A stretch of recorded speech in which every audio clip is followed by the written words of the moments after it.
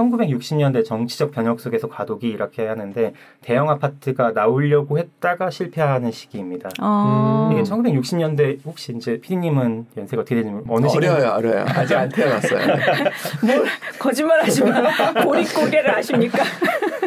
그 본격적 대형 아파트 시대는 1970년대이지만 1960년대에 한번 시도를 하려고 합니다. 1960년대는 이제 정치적 상황을 말씀드리면 이승만 정부가 있다가 박정희 대통령이 그렇죠. 끝나고 다시 만들어진 시대입니다. 그래서 1957년도에 이승만 대통령이 이제 막 수행 비서들하고 다니면서 집 잘 지어 이렇게 하면서 시찰하는 모습입니다. 그래서 그 이승만의 그 주택 보급에 대한 원대한 꿈들은 이렇게 됩니다. 이게 뭐냐면 지금 중앙하이츠 혹시 아시나요? 알죠, 중앙하이츠. 라는 브랜드는 알아요. 네, 지금 있는데 옛날엔 중앙산업이라는 이름으로 있었고 이승만의 원대한 꿈들이 1958년도에 성북구 종암동에 이루어집니다. 그게 이제 요 아파트인데 이 종암 아파트는 한 3개동이고 한 152가구 정도 되는 주택이었습니다. 그래서 당시 설계는 우리나라 사람이 못했고 독일에서 해왔는데 시공은 중앙산업에서 진행을 하게 됩니다. 그래서 종암 아파트의 특징으로는 집안에 수세식 화장실이 있습니다. 아까 전에 수세식 여쭤봤지 않습니까? 근데 물어보지 않아요. 네, 그래가지고 근데 여기 처음 이제 집 안에 수세식 화장실이 됐고 당시에 초가집 보여드렸던 것처럼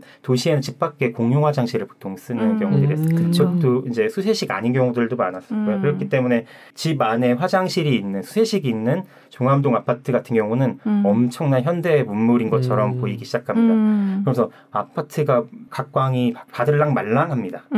사실은 아파트는 1920년대부터 있긴 했는데 그때는 별로 각광을 못 받다가 이때 좀 신기해지기 시작합니다. 근데 당시 이제 종합 아파트를 분양을 하는 것보다 아까 말씀드린 대형주택 영단이라는 지금의 LH의 임대 상품으로 넘겨줍니다. 아, 분양을 안 하고 임대 상품으로. 네. 분양은 조금 이따가 또 말씀드릴 게인데 분양은 언제부터 시작했는지 한번 다시 말씀드릴게요. 네. 이게 아파트를 만들어 놓고 사람들 보고 살라고 하지만 아무도 공동주택 생활을 안 해본 거예요. 그러니까 조선일보에 나온 얘기를 그대로 말씀드려요. 층간소음? 네, 맞습니다. 그것도 있습니다. 그때도 있었습니다. 역사와 전통. 조선일보 얘기를 그대로 읽어드릴게요. 첫째가 소음으로 밤늦게 술을 마시며 계단을 쿵쿵거리며 올라와선 큰 소리로 부인을 불러대는 일이며 밤늦게 라디오를 틀어놓고 히덕거리는 일들이 자주 있으나 소음 노이로제가 걸리기 일수라는 것이다.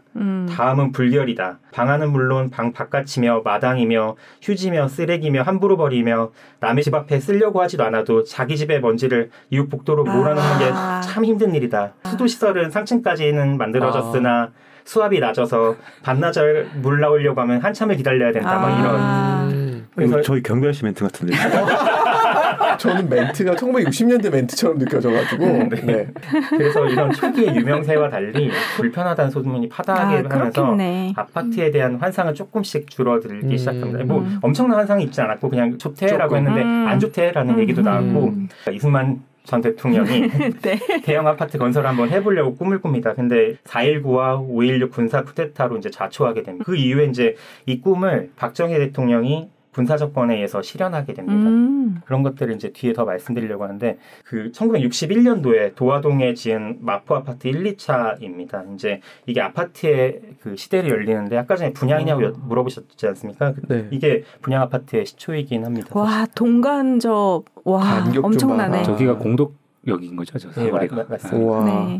북쪽이 아현동 쪽이잖아요. 맞습니다. 그래서 이때 이제 마포 도화동 아파트를 짓고 나면서 이제 정부 조직법이 바뀌면서 대한주택영단은 국토해양부, 옛날에는 국토건설청이라고 했는데 여기 편입되면서 대한주택도시공사를 이제 개칭하게 됩니다.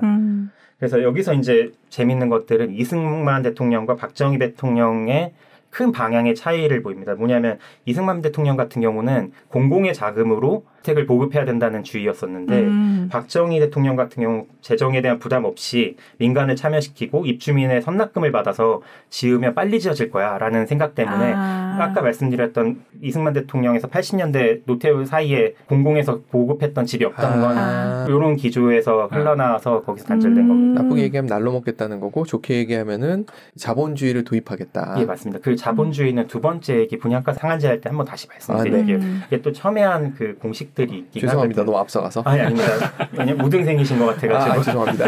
이때는 이제 민간 시장을 하다 보니까 주택 시장들이 민간 시장으로 재편됐고 여기서 또 재밌는 거는 이제 마포 아파트의 특징인데 임대에서 분양으로 그다음에 단동짜리 도시형 건축에서 단지형으로 처음을 만들기 시작하고 아까 종암동 같은 경우는 독신자 숙소였다면 이제 가족형 평면으로 바뀌기 시작합니다. 그래서 뭐 4인 가족이 잘 살아야 되는 집을 만들려고 했던 순간들이고, 마포 아파트 같은 경우는 대견해에서는 한국 건축 역사에서 되게 중요한 시기이고, 더 자세한 얘기들이 중요한 것들이 많은데 오늘은 선망의 대상에 대한 것들만 하기 때문에 여기서 잠깐 줄이고 네. 다른 얘기를 말씀드리겠습니다.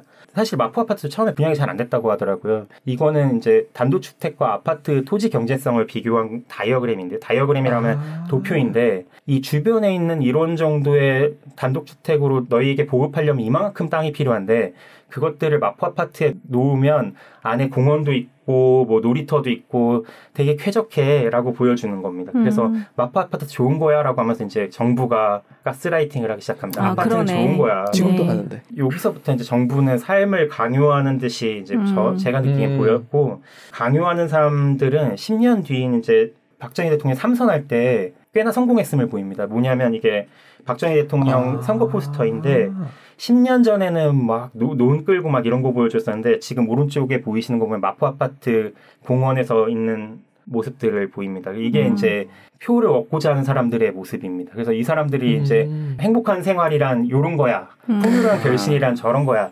이런 식으로 보여줍니다. 그래서 더 이상 황소의 목가적의 풍경은 선거의 대상이 아니라 이런 아파트 사는 사람들이 이제 선거에 표심을 얻기 위한 대상이 됐고, 표심을 얻는다는 건 나라에서 되게 중요하다는 사람처럼 보였었을 거고, 나도 저런 사람처럼 될 거야. 못 가진 사람들은 그런 고민들을 아마 했을 겁니다. 그래서 이런 것들이 이제 또 선망을 안 살아봤지만 많은 사람들이 안 살아왔을 거예요. 마포 아파트. 근데도 선망이 하게 되고 아파트가 좋은 건가 이런 고민들이 들 겁니다. 이제